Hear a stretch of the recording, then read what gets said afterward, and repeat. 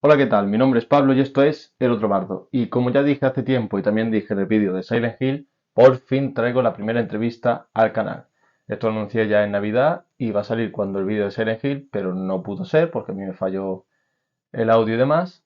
Y saqué el vídeo de Silent Hill que os dejo por aquí arriba, al igual que el de Navidad.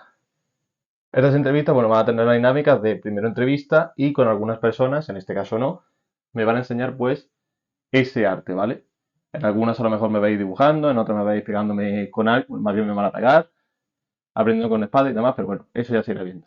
Si hay que pegarte, se pega. Bueno, la primera entrevista es con él, con mi hermano, con Alfonso Barona, que es game designer, también es escritor, pero mejor que presentarlo yo, que se presente él y así empezamos con la primera pregunta. Vale, pues para hacerlo a modo de resumen, como ha dicho aquí Pablo, soy Alfonso. Artísticamente me conocen como Bardo, así que lo del otro Bardo lo sacó un poco de tradición familiar. También de Sheffield, pero bueno, tela. Y nada, como comentaba, a lo que me dedico es al game design, soy diseñador de videojuegos, no en la versión de arte, sino más en lo que es mecánicas, funcionamiento de un videojuego. Y también tengo alguna que otra novela escrita. Te quería preguntar porque hace poco me empezó a salir en Facebook y demás una noticia de si un game designer no diseña arte ni hace ni programa, ¿a qué se dedica? ¿Qué es lo que hace? Bueno, pues digamos que el game designer a lo que se dedica es a darle sentido a cada una de las ideas que tiene el equipo de desarrollo. Normalmente en el proceso de un videojuego hay una idea original que tiene que ser transformada a lenguaje de videojuego, por así decirlo. Es decir, el game designer funciona un poco como el canal entre esa persona que tiene la idea y el equipo que tiene que llevar a cabo la idea. O sea, un game designer es un poco como un director de escena que le dan una idea o le dan un texto y dice, vale, tengo este texto, ahora tengo que buscar qué necesito, cómo voy a llevar esto a escena, qué luces voy a necesitar, qué sonido, cuántos actores van a hacer falta. Eso es. O Vale. sea, en este sentido, pues a mí me darían una idea y al igual que un director de escena dice, este actor tiene que actuar de esta forma, tiene que moverse por aquí, tiene que moverse por allá, yo hago lo mismo pero con los personajes, de forma que cuando llegue un programador o un animador, sepa qué es lo que tiene que hacer ese personaje y pueda empezar a trabajar a partir de esa idea. Vale. Sí que muchas veces lo que viene siendo el libro de dirección se lo queda el director, ya es cosa suya. Pero sí entiendo que un GDD lo que hace es decirle al programador, tú tienes que leerte esta parte, que es lo que tú tienes que hacer, tú, al diseñador dice, necesito tal, búscamelo o ve haciéndolo. A ver, el GDD, para el que no lo sepa, es como el documento, es como la Biblia del videojuego, ¿vale? Son las siglas en inglés de Game Design Document, o sea, documento de diseño de videojuego. Y en teoría, sí es un documento que se tiene que leer todo aquel que participe dentro del desarrollo. Evidentemente, este documento puede llegar a una extensión muy amplia, por lo que se suele dividir en diferentes bloques. Entonces hay un bloque destinado más a la programación, un bloque destinado más a la música, un bloque destinado a lo que es el arte, incluso un bloque destinado a lo que es el marketing y la venta del juego. Yo muchas veces en mi vídeo y demás he dicho que para crear cualquier cosa, cualquier obra de teatro, un videojuego, una película, lo que sea, lo que sí hay que tener mucho bagaje, mucho haber leído mucho, haber jugado mucho. Para un GDD, supongo que también, pero ¿te tienes que centrar solo en lo que viene siendo el mundo del videojuego? ¿O te puedes tirar también, por ejemplo, oye, mira, he visto para iluminación, por ejemplo, una iluminación en una película tal, te voy a poner este ejemplo porque quiero Uh lo -huh. mismo. ¿Se puede usar o...? Sí, por supuesto. Por supuesto. O sea, ten en cuenta que al final el videojuego no deja de ser otra muestra de arte. Quizás sea, salvando las distancias, la muestra de arte más completa porque es capaz de aunar interpretación con escritura, con música, con dibujo. Entonces es una mezcla muy completa que evidentemente bebe de diferentes estilos artísticos y de diferentes, o sea, de otros sectores. Hombre, se decía que la obra de arte total era la que había música, había danza, había teatro, había un poco de todo. Que Uh en un -huh, videojuego, incluso el más simple como puede ser, no sé, el Pong, uh -huh, hay arte, hay personajes que pueden ser las dos barritas estas y la uh bola. -huh. O sea que se podría considerar una obra de arte total o casi total. Yo no tengo duda. O sea, hay juegos que son realmente arte. Y ahí el videojuego fue un movimiento de expresión artística nuevo que nació, que llegó para sentarse y ahí tenemos ejemplos de juegos muy artísticos, como pueden ser, por ejemplo, Blasphemous, que muestran un estilo visual y artístico único y haciendo una alegoría de algo tan propio como es la Semana Santa, ¿no? Mira, hablando de Blasphemous, nos vamos a venir para España porque mucha gente se preguntará, vale, una persona que trabaja del videojuego, pero yo lo he dicho muchas veces con el teatro, hay poco trabajo y del videojuego es igual o allí puede haber una salida más fácil. Yo te diría que es casi igual. O sea, a lo mejor el videojuego tiene un poquito más de sencillez porque muchos de los conceptos que se necesitan para desarrollar un videojuego los puedes aprender por ti mismo. Y tienes la facilidad de poder venderte mejor que siendo un artista. Yo puedo coger, hacer mi propio videojuego, colgarlo en redes sociales, colgarlo en internet y eso ya me da cierta publicidad que si mi juego es bueno acabará interesando a las empresas y puedo terminar con un contrato, pero no sé hasta qué punto eso es viable para un actor. Para un músico, por ejemplo, también es muy fácil, porque un músico crea una pieza musical, la puede subir y es algo que le va dando publicidad. Pero un actor, no sé, a lo mejor hacer un monólogo y subirlo, pero no lo sé, no lo sé. Mm. O sea, en cuanto a capacidad para que haya trabajo suficiente para todos, te puedo asegurar que el sector del videojuego está tan mal como cualquier otro. Bien, mala noticia, pero vamos.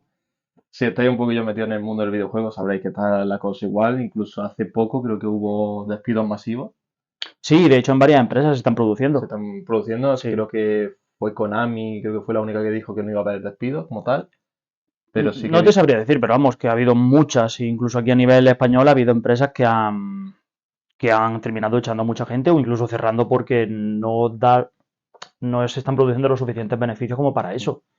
Hace poco salió el caso de la empresa que hizo Invisimals, Sí, ¿vale? Que era un juego de PSP y que era una empresa de aquí de España. Y creo que fue hace cosa de una semana, anunciaron y cerró, que tuvo que cerrar. cerraban. Y eso Sí. que Invisimal en su momento fue muy novedoso porque usaba lo que era la cámara de la PS Vita, creo que De era. hecho, es un estudio que llevaba como 20 años trabajando y haciendo muy buenos productos, pero lo que De pasa re- siempre, ¿no? sí, de Que repente pega el pinchazo y tienes que. yo no sé tanto si ellos han llegado a pegar el pinchazo. El último juego que sacaron era un multijugador sobre la Segunda Guerra Mundial, si no recuerdo mal, y no parecía irles mal en ese sentido, pero tienes que tener en cuenta que muchas veces las empresas dependen de inversores externos o tienen que pagar una serie de cuentas que a lo mejor llega un punto en el que ya no les sale viable. Entonces, antes de tener a sus trabajadores mal pagados o en una situación precaria, pues deciden que lo Deciden más cerrar sensato y es cerrar. cada uno por su lado y. Eso es. Pues bien, te quería preguntar porque sí es verdad que eres game designer, Ujú. pero yo recuerdo que empezaste como programador y yo recuerdo esos días de, hostia, el puto código este no me sale. Tú, si una persona ve que yo, por ejemplo, empieza como programador, Ujú. ¿tú crees que si no se le da bien, debería un poco decir, oye, voy a intentar tirar por otro lado o es mejor quedarse enfrascado en esto me va a salir sí o sí? Pero cambia, Cambiar un enfocar. poco en el sentido de, oye, programador no se me da bien, pero por ejemplo, también sé dibujar, voy a intentar tirar un poquillo más por arte. Es que ahí es donde está un poco el asunto, ¿no? Cuando tú eres, y esta es mi experiencia personal, ¿vale? Y probablemente me equivoque, y cada uno tendrá su propia experiencia y demás, pero cuando tú tienes una habilidad artística más llamativa o necesaria para lo que es un videojuego, ¿vale? En mi caso, tienes más facilidad. Si tú eres una persona que dibuja muy bien en 2D o que hace modelos en 3D muy buenos o que incluso se te da muy bien la música, digamos que tienes más posibilidades de salir adelante dentro del sector. Pero claro, si lo que se te da bien es escribir, cuando las empresas pequeñitas que son a las que yo apunto, normalmente esa parte de narrativa o la tienen ya muy bien tratada o prefieren obviarla para hacer juegos multijugador o cosas por el estilo, ¿no? O incluso el tema del diseño de un documento, como es el GDD, que en el 80%, 90% de los casos lo omiten, pues entonces es bastante complicado encontrar la salida. Así que yo no es que empezase con programación porque quisiera, es porque yo necesitaba darle una salida a mis ideas, o sea, yo quería plasmar mis ideas dentro del mundo del videojuego, y si no sabía dibujar ni sabía crear música, pues tuve que ponerme a aprender a programar. Mira, vamos a dejar un poquillo de lado el mundo del GDD porque al final es más o menos igual que un director de escena, Ujú. que ya enseñaré cómo es un guión de dirección, os vais a cagar, porque tiene telita. Vamos, puedo decir que yo lo he visto a él haciendo los GDD y demás y empieza muy bien, pero acaba siendo un sin Dios. Porque empiezan a salir sus epígrafes de iluminación de tal, iluminación de no sé qué. No sé. Sí, bueno, a ver, en el juego más simple a lo mejor, mis que más cortitos han sido 175 páginas, 150 páginas, y a lo mejor era para un Arkanoid. O sea que... Perito. Pero bueno, vamos a tirar un poquito más por la parte de narrativa, por la parte de escritor, Ujú, porque también tiene algunas novelas publicadas sí. ya. Está ahí a ver si puede publicar otras. Te quería preguntar si alguna vez te has dedicado solo a lo que viene siendo la historia de un juego, a lo mejor de las misiones secundarias, por ejemplo. Sí que recuerde ahora mismo, no. O sea, ha habido proyectos en los que he entrado como parte de la narrativa, como ayudante de narrativa, pero siempre he terminado pivotando, bien al diseño o bien incluso a producción. O sea, lo que es la gestión del equipo y la gestión de tiempos. Que yo recuerde, por ejemplo, en el primer juego así profesional en el que estuve, yo entré como ayudante de narrativa, entré como desarrollando historias para diferentes facciones de un juego de cartas. Cuando entré 100% en el proyecto, me ascendieron en ese sentido y pasé a estar más o menos ayudando, era el segundo dentro del departamento de narrativa. Y cuando terminamos con esa parte narrativa más importante, pasé directamente a Game Design. Y esto es muy normal en el mundo del videojuego de, oye, entras de una cosa y de repente te dicen, te necesitamos aquí o te necesitamos allí, Cuando estás trabajando en empresas pequeñitas, puede ser lo más lo normal más del normal del mundo. mundo. Sí, o sea, cada persona que yo conozco que se ha dedicado a empresas muy pequeñas, la gran mayoría de ellas tienen por lo menos conocimientos de dos o incluso de tres puntos distintos del desarrollo de un videojuego, ya sea un programador que sabe de arte, un programador que sabe de animación, un escritor que sabe de música.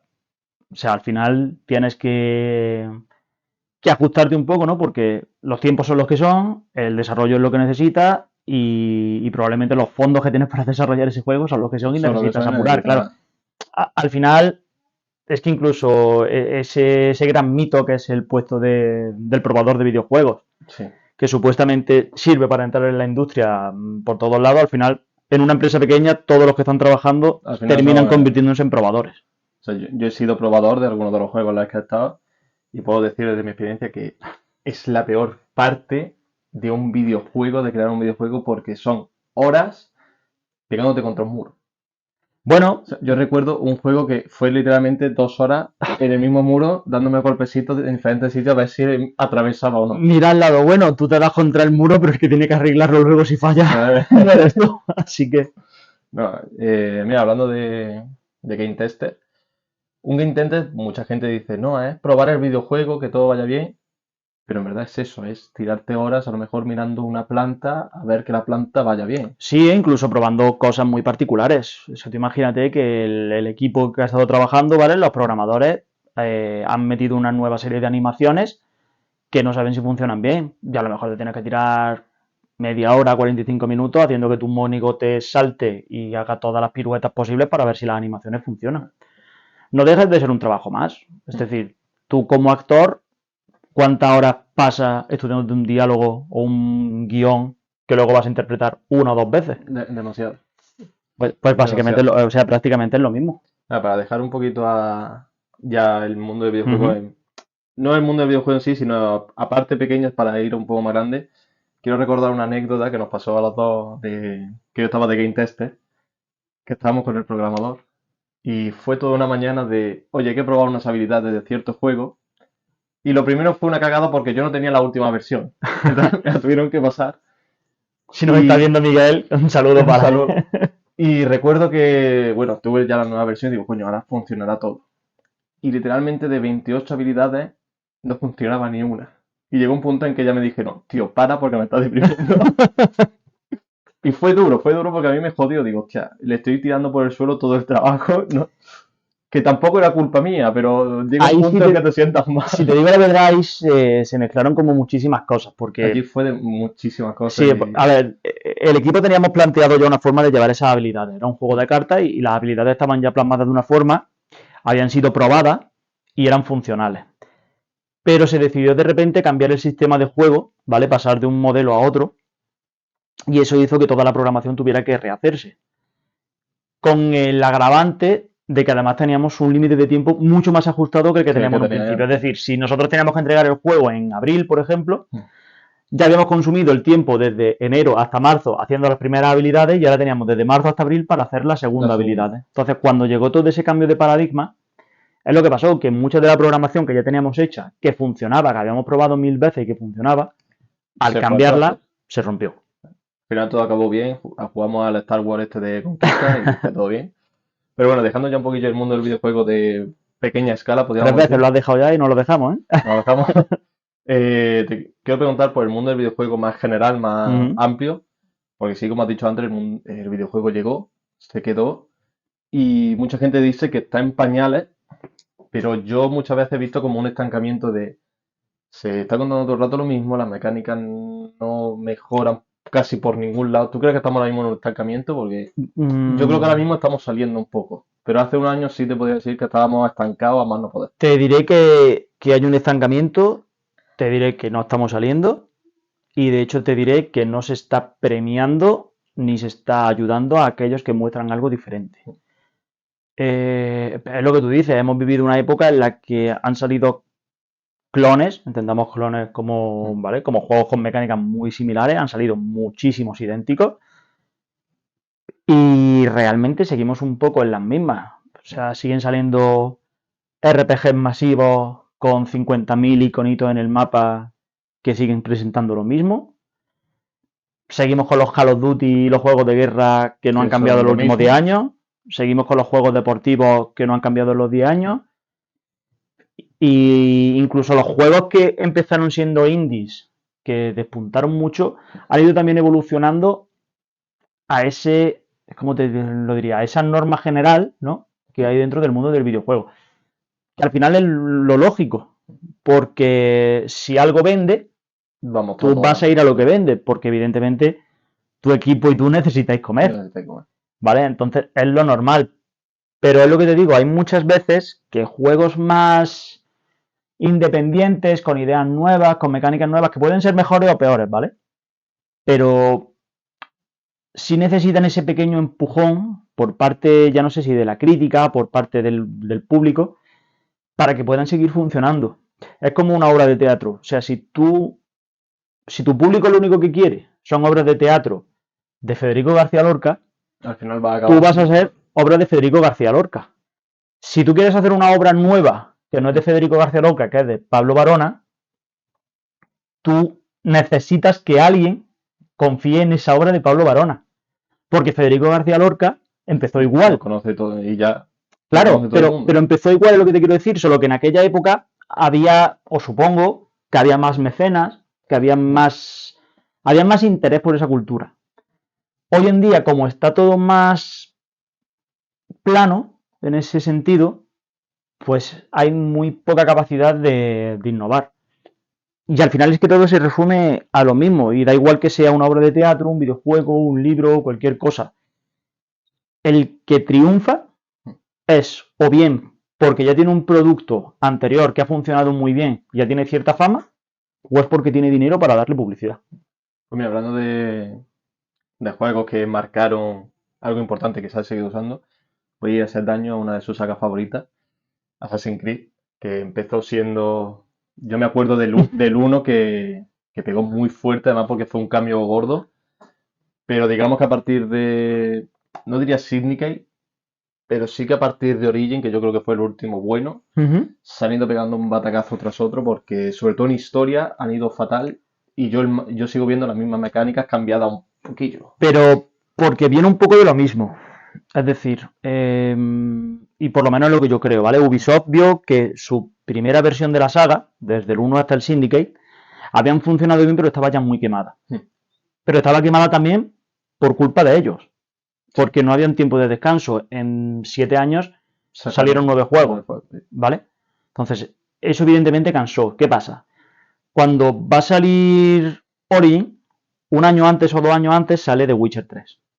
Sí. Y The Witcher 3 cambia el concepto del RPG, ¿vale? Coge todo lo bueno que tenía, por ejemplo, Skyrim y lo lleva con una narrativa súper potente, con una mecánica súper chulas, que no eran muy revolucionarias las mecánicas, pero aguantaban muy bien con el juego, con la narrativa y la temática, y que eran un juego espectacular. Entonces, ¿qué pasa? Que muchas empresas dicen, hay que aprovechar, nos subimos al carro. Y entonces intentas meter una historia que cuando era más cortita y un poquito más lineal era muy buena, la intentas meter en un mundo abierto sin saber llevarla lo suficientemente bien. Y lo que pasa es que cuando está en el capítulo 5 ya no te acuerdas de lo que ha pasado en el capítulo 1. Claro, porque has hecho 20.000 misiones secundarias Claro. y no te acuerdas de la mitad. Entonces, si es un juego que básicamente se basa en las mecánicas, como puede ser, no sé, imagínate, Elden Ring, por ejemplo, creo que más se basa en la mecánica por ejemplo, ¿vale? Elden Ring. combate. Pues entonces tú, cuando te basas más en mecánica, o incluso es que estaba pensando en Just Cause, ¿vale?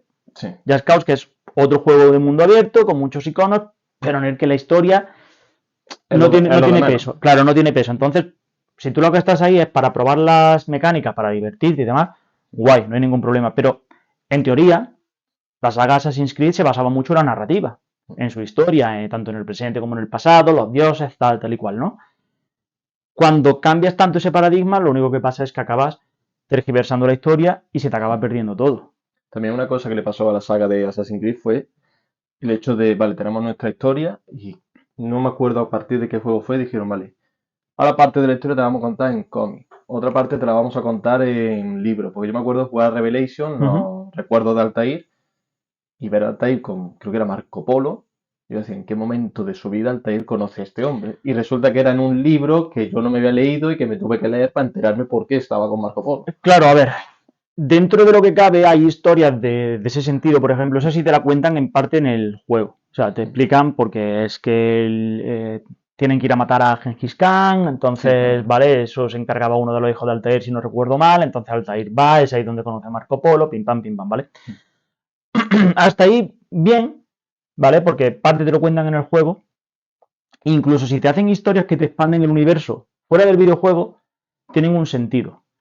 Lo que no tiene sentido, y esto ya no solamente Assassin's Creed, sino que hay otros que lo han hecho, es que parte de la historia que te están contando en un formato, luego te lo terminan contando en otro. En Assassin's Creed fue la historia, por ejemplo, de Juno, ¿no? De una de las diosas, que era Juno. Sí. Juno de repente, creo que era en Black Flag, ¿vale? Sí. En Black Flag aparece por última vez, parece que va a volver a ser un personaje, va a ser enemigo como tal, pero de repente desaparece y te enteras de que la han matado en un cómic, ¿vale? Entonces esas cosas son las que terminan también un poco quemando la narrativa. Yo entiendo que muchas veces lo pueden intentar hacer como un punto y aparte, es decir, ya no queremos seguir con esta línea en el juego, vamos a hacer un punto aparte y vamos a cambiarlo, pero el problema es saber llevarlo bien. No como cuando hicieron la película y mataron, creo que fue a Vivic. No me acuerdo si fue Vivic. No, mataban a uno de Abstergo, a uno de los jefes de Abstergo. Sí, a uno de los jefes de Abstergo, pero... Y se lo cargaban y al siguiente decían, se ha muerto, y si no has visto la película, pues no te enteras. Claro, pero realmente dice se ha muerto, ¿vale? Pero como tampoco te dan más opciones, si ese personaje llevaba sin salir, si no recuerdo mal, desde el 1. Sí, más o menos desde el 1 al 2. Pues entonces no tiene ese hilo conductor tan importante como podría ser, pues, lo que te digo, ¿no? El tema de Juno, que era la principal enemiga de... Eso, es que desde Brotherhood, pues, es donde empieza. Vale, pues te quería preguntar también porque llevas, yo creo que jugando videojuegos prácticamente toda la vida, ¿no? Si nací en el 92, pues desde el 93 a lo mejor, con mi padre que jugaba el Sonic. Mi primer juego también fue el Sonic. El Sonic y el Desert Storm, que nunca me lo llega a pasar. Te quería preguntar porque tú has visto casi prácticamente cómo ha evolucionado la industria. Me ha quedado mucho por ver. Te ha quedado mucho por ver, pero yo creo que naciste en el punto de los juegos que empezaron a ser juegos históricos. Porque, por ejemplo, no me acuerdo si fue en los 90, el 2000, empezó a salir Final Fantasy, creo que salió ya el 10, si no recuerdo mal, que fue histórico de la Play 2. No te sabría decir, pero, bueno, el Final Fantasy X, si no me equivoco, es del 98 por ahí, o del 2000 incluso. Que marcó, ese marcó bastante fuerte. También saga como Kingdom Hearts, como puede ser Metal Gear también. ¿Tú qué crees que estas sagas, porque al final si lo pensamos, Final Fantasy la mayoría de las veces la historia es la misma? Los imperios que se quieren pelear, hay unos cristales, yo no sé qué, no sé cuánto. ¿Por qué crees que estas sagas a día de hoy se siguen jugando y siguen gustando? Porque yo juego, por ejemplo, al Final Fantasy, ¿qué te digo? El 10, por ejemplo, juego al 15 y al 16 digo, joder, esto es todo el rato lo mismo. La historia es igual. Puede ser, o sea, no te digo yo que no pueda tener ciertos puntos que al compararlos sí que sean muy similares. Pero lo que hacen grandes, y o por lo menos es lo que yo creo, es que son capaces de congeniar tanto su pasado como lo que está de actualidad, ¿no? Final Fantasy XVI, por ejemplo, es verdad que comparte muchas mecánicas con juegos anteriores de la saga, pero lo que hace es aprovechar historias más de actualidad, como podrían ser Juego de Tronos o similares, para crearte una historia nueva. Mejor o peor, entiéndeme, ¿vale? Ahí ya no entro. Pero sí que te dan como ese toque nuevo, ese toque de distinción que lo hace. La saga Metal Gear fue evolucionando y Kojima al final lo que hizo es un juego que Que era una película. sí, o sea, desde Stranding, a ver, pero si te paras a pensar es un poco también el concepto de la pandemia que vivimos hace unos años. O sea, todo desolado, todo vacío Sí, y un repartidor, el de Amazon, que venía a que traerte, venía a traerte el ¿sabes, político, no? las cosas. Pues es que es un poco eso. Yo entiendo que para que los juegos terminen siendo recordados y notables, tienen que tener un punto entre algo nuevo y cosas conocidas, algo rompedor y algo con lo que tú te sientas cómodo. Han mencionado antes el caso de Kingdom Hearts. Kingdom Hearts 1, yo por ejemplo, ¿por qué recuerdo más Kingdom Hearts 1 que el 2 o que el 3? Porque fue una mezcla de juegos de personajes Disney con personajes de Final Fantasy, con unas mecánicas muy entretenidas, muy adictivas, que no eran nuevas en absoluto. Sí, porque eran mecánicas que conocíamos, Claro, se o conocían sea, en las esa mecánicas época. en muchos sentidos podríamos llegar incluso a asimilarlas con un hack and slash, ¿no? Uno de Sí, pegar espadazos, pero era eso, o sea, Disney, que para la mayoría de la gente pues es un golpe a la nostalgia, Final Fantasy, que para el que juega a videojuegos es un golpe a la nostalgia, y mecánicas que ya conoces, que no te va a costar en absoluto sí, hacerte a son muy ellas, simples. Las cosas como exacto, son. pues entonces llegas ahí a un punto en el que creas un cóctel tan fuerte que te hace triunfar. Si hablamos, por ejemplo, mira, Assassin's Creed 1, ¿vale? Si te pones a analizarlo, es el juego más simple de toda la saga. Sí. Porque era la misma estructura en todos sus episodios. O sea, cada vez que había que eliminar a un enemigo era investigación, robar, no sé qué y Y matar, matar. ¿vale? Pero ¿qué hacía? Pues que te presentaba algo que no había sido muy explotado, como era el parkour, con una recreación histórica Muy buena. brutal, con personajes que por poco que sepas de historia ya podías reconocer, Salahadín, Sí. Ricardo Corazón de León. Entonces, te crea como una sensación de parte de esto lo conozco, parte de esto me gusta y la mecánica al final, el juego base, o sea, lo que era la mecánica base del juego, tampoco era muy compleja, pues acaba convirtiéndose en un producto que te acaba llamando la atención. Espérate, que te quiero preguntar sobre Kingdom Hearts, porque al final es una saga que nos ha acompañado casi toda la vida y ahora están preparando el cuarto, que ha dicho la compositora que está trabajando en él. Así que están trabajando. Yo eso ya no lo veo. Se- Saldrá cuando quiera. O sea, yo recuerdo el 3 que lo anunciaron en 2013 y salió, creo que hace 3 o 4 años. O Sí. sea, fue una burrada. Te quería preguntar dos cosas. La primera era porque Nomura, a fin de cuentas, creo que era diseñador, incluso diseñador de vestuario, que es el de Final Fantasy X, Uh-huh. que se nota en la ropa de Lulu, todo correas, todo cadenas y el hombre es lo que tiene. O sea, ¿cómo pudo llegar ese hombre, que al final era un diseñador, al momento de decirle, oye, tenemos este proyecto, es juntar lo que viene siendo Final Fantasy con Disney, tú vas a estar al cargo de esto? Bueno, es un poco lo que hablábamos antes, ¿no? Al final, cada trabajador, cuando le gusta lo que hace, tiene que evolucionar. Y tú puedes empezar como un probador de videojuegos y terminar dirigiendo un videojuego. Vas aprendiendo de lo que ves, vas aportando tu granito de arena, vas evolucionando, vas mejorando y al final pues te llega ese punto en el que te dan esa confianza. Yo creo que hay muchísima gente, y ya no solo en el videojuego, ¿vale? En cualquier sector, que lo único que le hace falta es un poco de confianza en sí misma y que alguien apueste por ellos lo mínimo. Fue un poco lo que hizo Miyazaki, que tenía la idea de Demon Solid y le dijo a su directivo, oye, tengo esta idea, dejarme llevarla a cabo. Le dijeron, vale, si tienes suerte, bien, Sí, si no, incluso, mira, si me apuras, mítico director Peter Jackson, Sí, que Viene de hacer Brain Dead, tu abuela se ha comido a mi perro, tu abuela se ha comido a mi perro. ¿vale? Muy buena película de gore, la recomiendo mucho. Viene de hacer eso, que es una película de serie Z. Sí, es una película que es asquerosa. O sea, hay momentos que son No, asquerosos. pero no porque sea gore o sea asquerosa, No, sino pero porque es es muy una película de bajo presupuesto claro, en es este muy bajo sentido, ¿vale? presupuesto, es muy simple, la historia es Claro, simplísima. los personajes, o sea, los actores no los conocería No lo prácticamente considero nadie, tanto. entonces, y de repente llega alguien y ve que este director con muy pocos recursos es capaz de hacer algo bueno y decide darle la confianza y lo pone al frente de una trilogía como es El Señor de los Anillos, 17 Oscars después, El tío está ahí que no vea. te encuentras que apostar por él pues probablemente fuera una de las mejores decisiones que ha tomado ninguna empresa del cine, ¿no? En la En historia. muy poco tiempo, en mucho tiempo. Claro. Vale, y la segunda pregunta de Kingdom Hearts, que también, a ver si la consigo enlazar con la siguiente.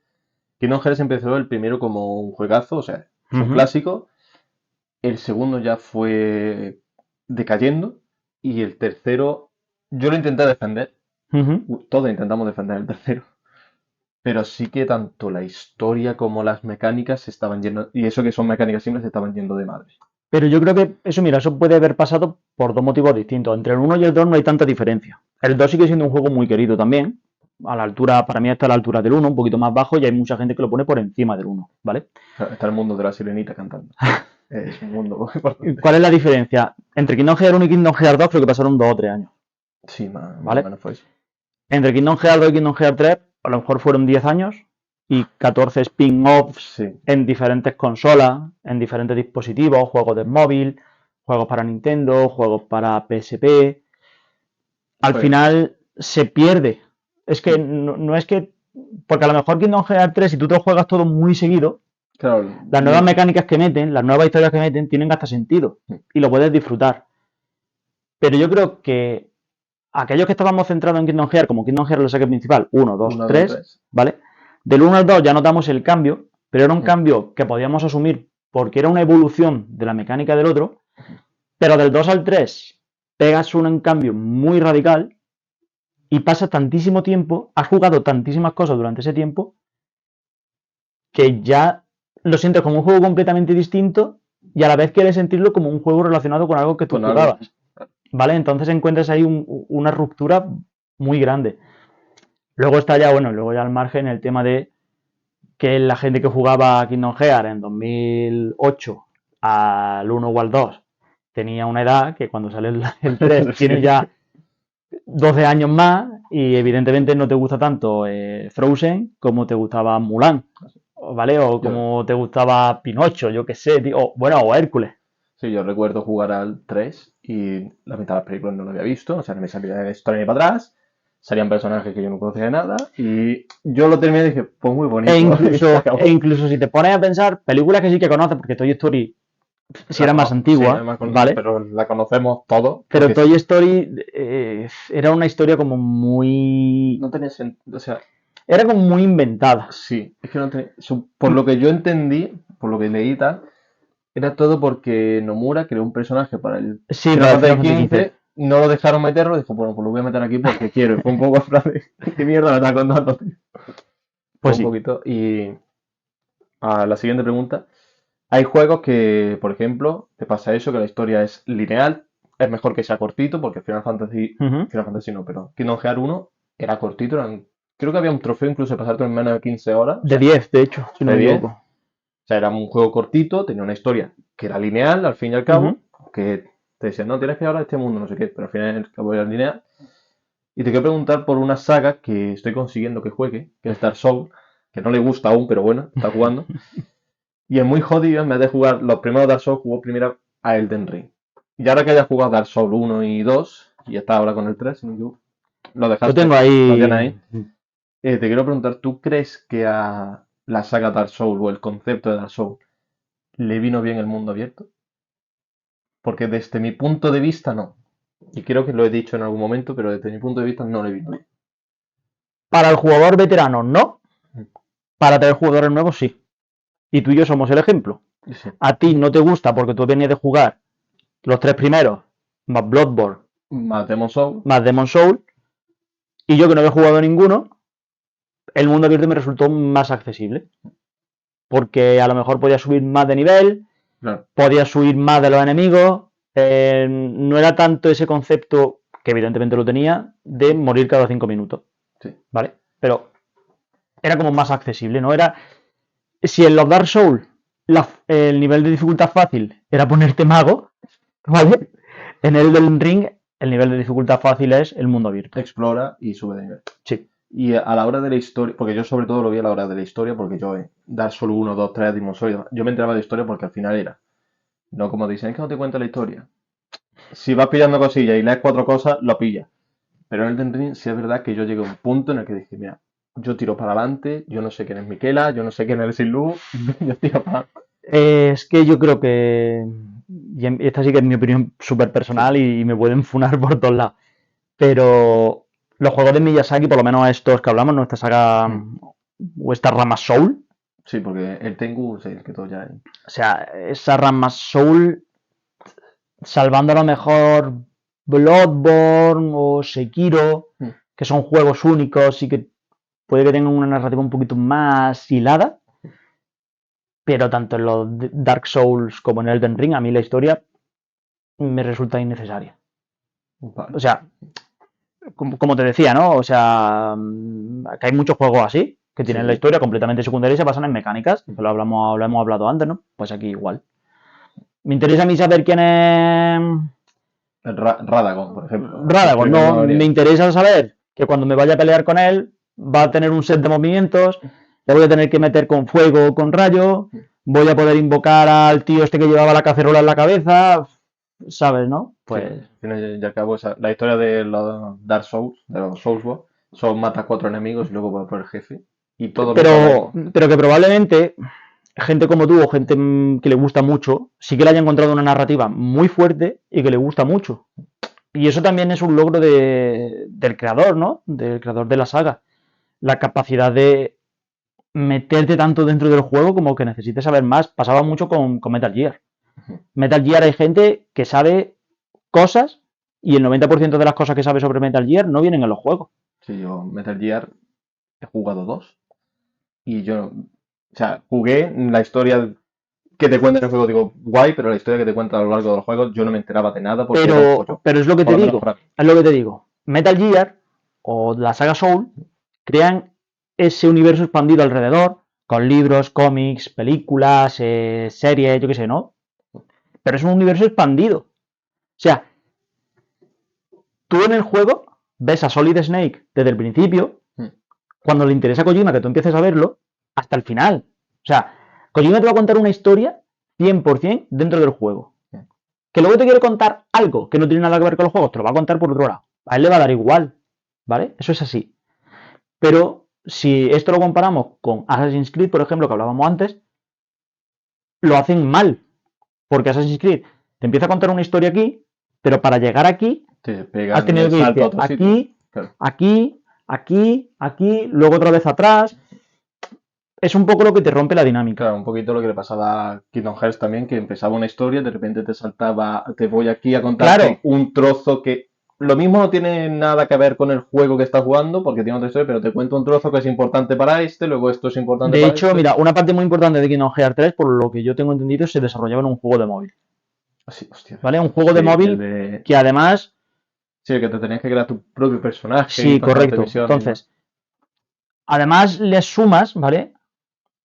Que el juego no era accesible para todo el mundo, por varios motivos. Yo recuerdo no poder jugar en mi propio Claro. A lo mejor no tenías el móvil suficiente. Que eso se puede entender, ¿no? Si un juego sale en PlayStation 5 y tú todavía tienes PlayStation 4, pues te quedas sin jugar. Eso es normal. Pero luego también estaba, por ejemplo, había barreras de idioma, ¿vale?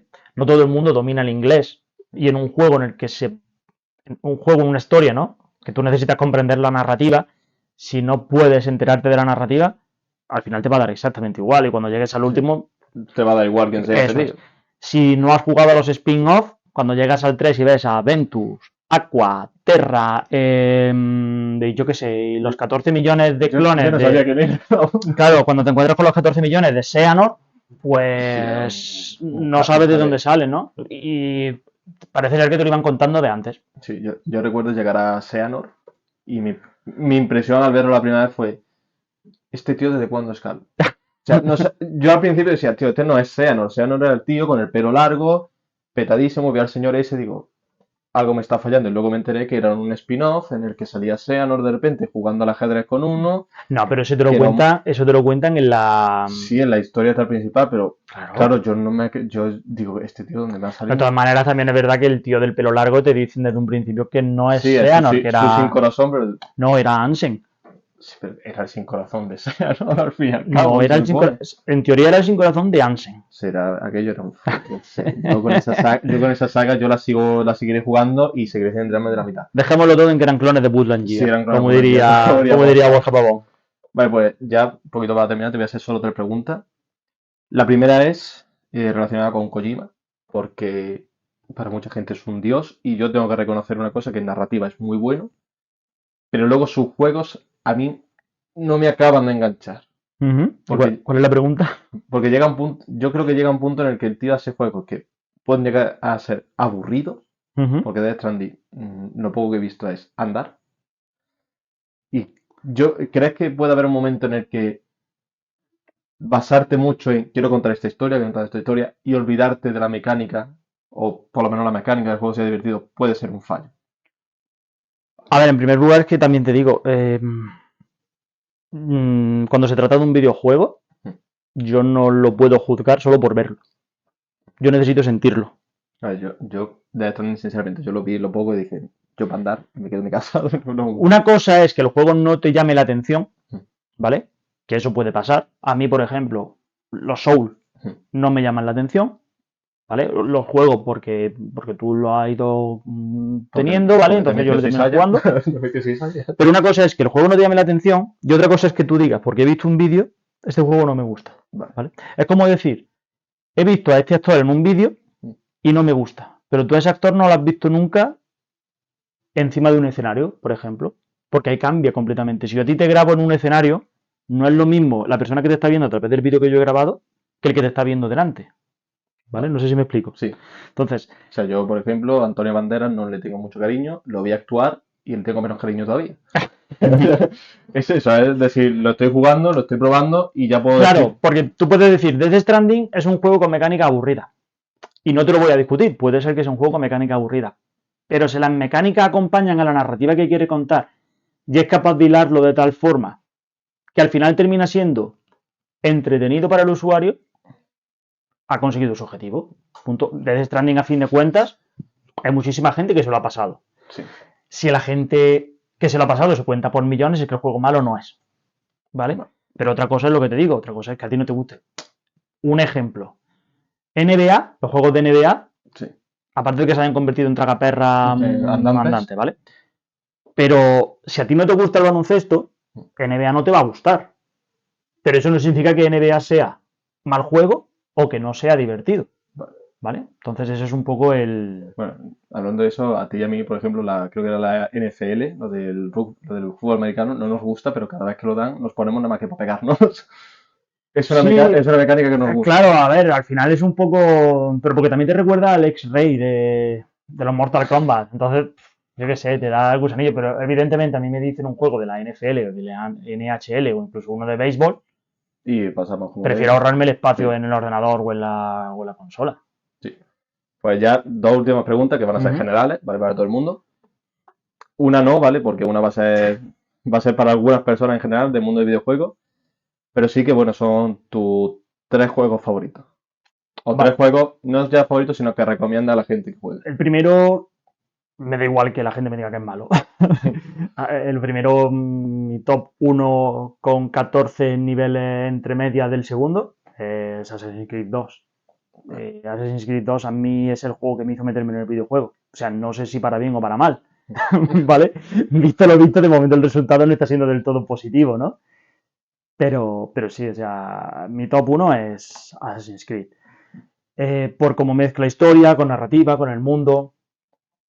El segundo, casi te diría, es que van a ir los tres muy de la mano. Porque el segundo te diría que es The Witcher 3, porque el concepto que tiene Assassin's Creed 2 me parece que es una evolución en The Witcher 3, ¿vale? Lo único que no puede ser el mejor juego, pero Sí. no es tan bueno en mi corazón como Assassin's Creed 2, ¿vale? Y luego muy pegado a The Witcher 3 estaría Red Dead Redemption 2. Y te digo, por lo mismo, porque Red Dead Redemption 2, lo que tú decías antes del aburrimiento, hay muchos puntos en los que Red Dead Redemption 2, si no lo quieres disfrutar, no es que no lo sepas disfrutar, si no lo quieres disfrutar, el juego es muy aburrido. Yo, por ejemplo, Red Dead Redemption, la primera vez que jugué, lo dejé porque me aburrí. Claro, Literalmente. cuando tú tienes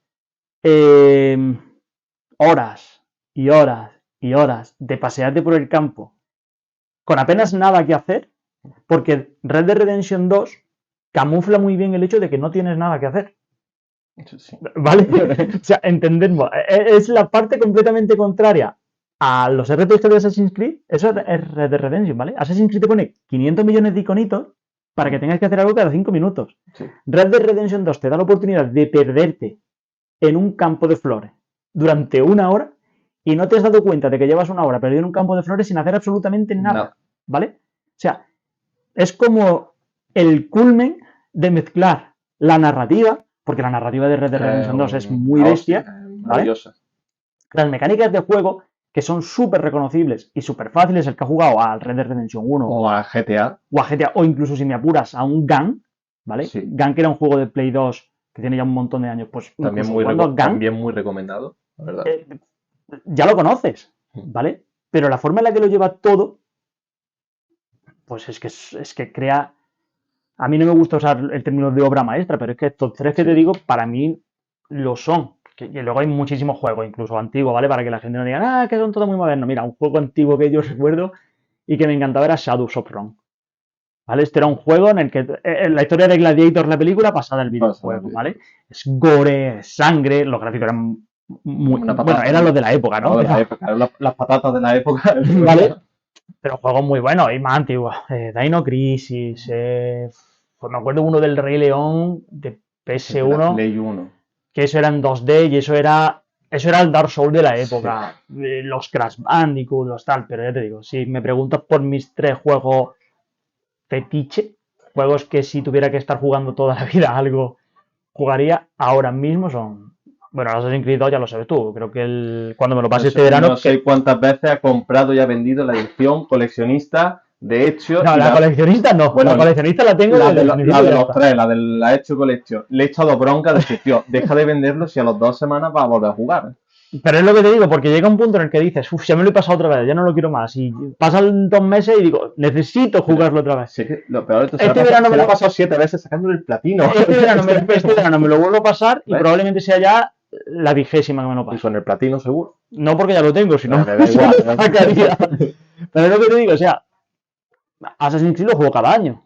Y The Witcher, si no es cada año, es cada 2 años. Y Red Dead Redemption, tú sabes que la última vez me lo pasé, lo dejé 2 meses y volví a empezar a los 2 meses. Y sacando compendios y su...